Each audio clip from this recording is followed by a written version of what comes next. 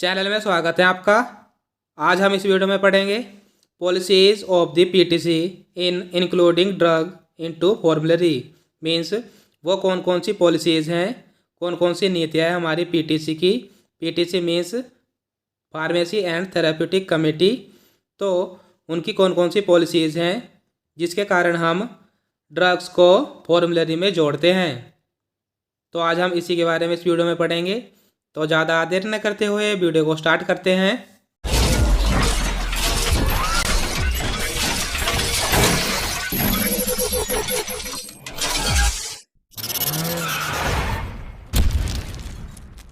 जो पीटीसी होता है वह मेडिकेशन और मेडिकेशन से ही रिलेटेड प्रोडक्ट्स की फॉर्मुलरी डेवलप करता है जो हमारे ऑर्गेनाइजेशन में यूज़ होते हैं। मीन्स वो मेडिकेशन मीन्स मेडिसिन्स और जो दूसरे रिलेटेड उनसे प्रोडक्ट होते हैं उनकी फॉर्मुलरी डेवलप करता है।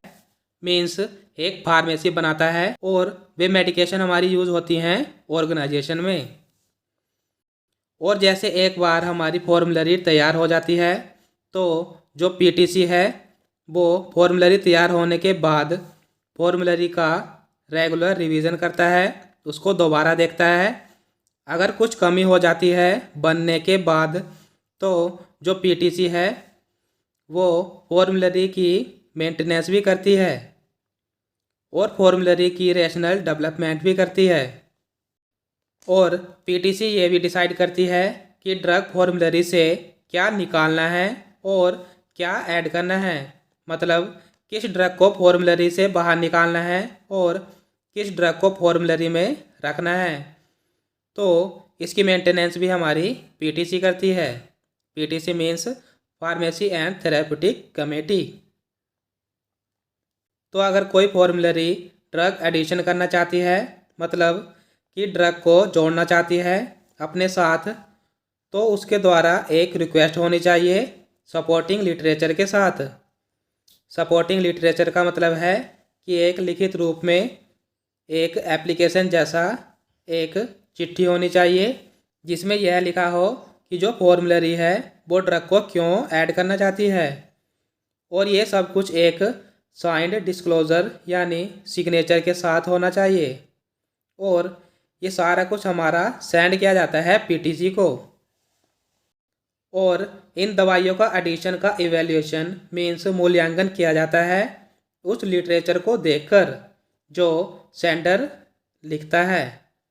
और ड्रग इवैल्यूएशन में लिटरेचर को देखा जाता है जिसमें ड्रग की सेफ्टी, एफिकेसी और उस ड्रग की जैसी दूसरी ड्रग के आधार पर होता है।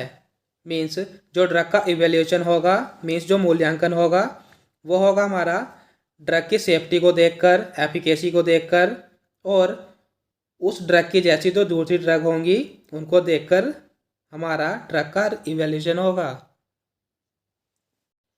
बेसिकली जो ड्रग की एडिशन होती है वह तभी होती है जब फॉर्मुलरी में से उसकी जैसी ड्रग को डिलीट किया जाता है, मीन्स हटाया जाता है। तभी ड्रग फॉर्मुलरी बैलेंस होती है, मीन्स संतुलित होती है। वह पर्सन जो रिक्वेस्ट करता है ड्रग एडिशन की, उसको अपनी एप्लीकेशन पीटीसी के सामने प्रेजेंट करनी चाहिए। और बाद में जब पीटीसी के पास 1 से 2 एप्लीकेशन हो जाती है तो जो पीटीसी है और उसकी रेगुलर मीटिंग मीन्स जो नियमित रूप से मीटिंग होती हैं वो एक बैठक बैठाते हैं और उन टॉपिक्स पर डिस्कस करते हैं। इसके बाद जो कमेटी है वो नीचे दिए गए निर्णयों में से एक निर्णय लेती है। मीन्स वो निर्णय लेगी तब जब एप्लीकेशन को पूरी तरीके से पढ़ लेगी। और वो निर्णय है फर्स्ट अप्रूवल विद और विदाउट रेस्ट्रिक्शन, मीन्स सीधा अप्रूवल दे देगी। और सेकंड है डेनियल, मीन्स इनकार कर देगी। और तीसरा है डेफरल।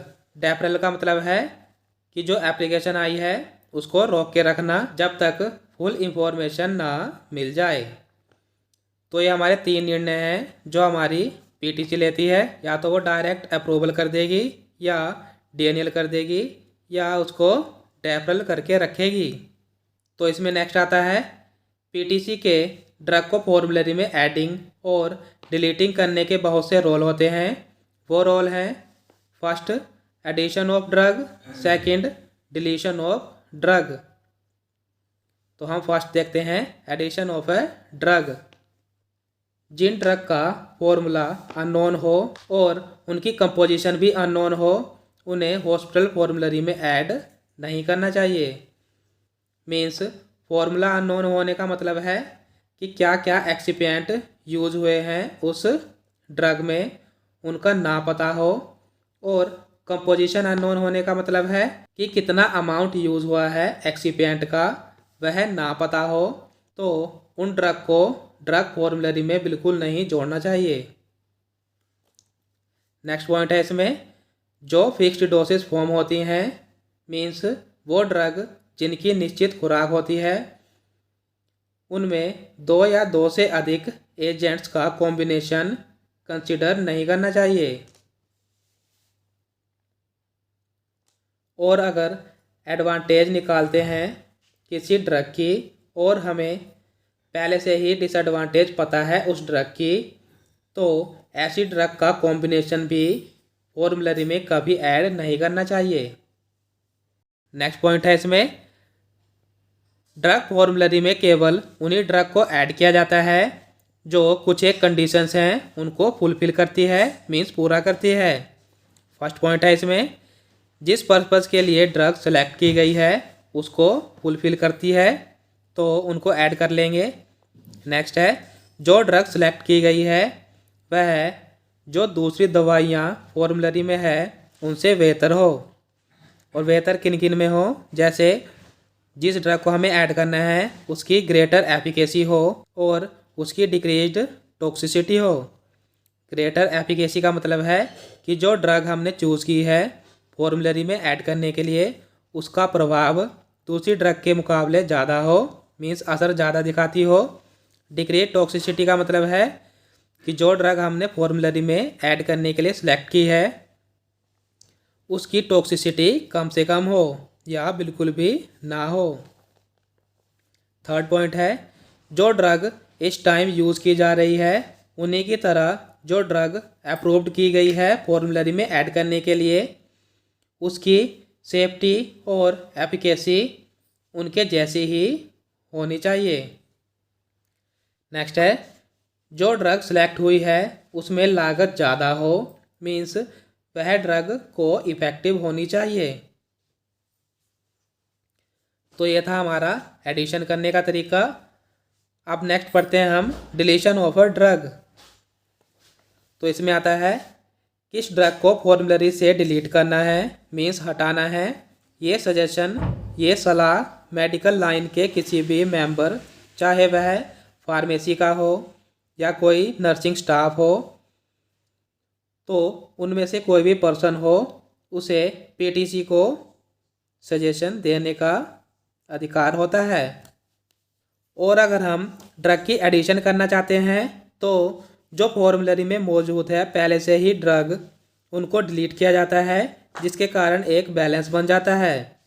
और जो पीटीसी होता है वो स्टॉक का भी रिव्यू करती है, मीन्स फॉर्मूलरी में कितना स्टॉक है ड्रग्स का। और जो डुप्लीकेट ड्रग होती है उनको रिमूव भी करती है हमारी पीटीसी।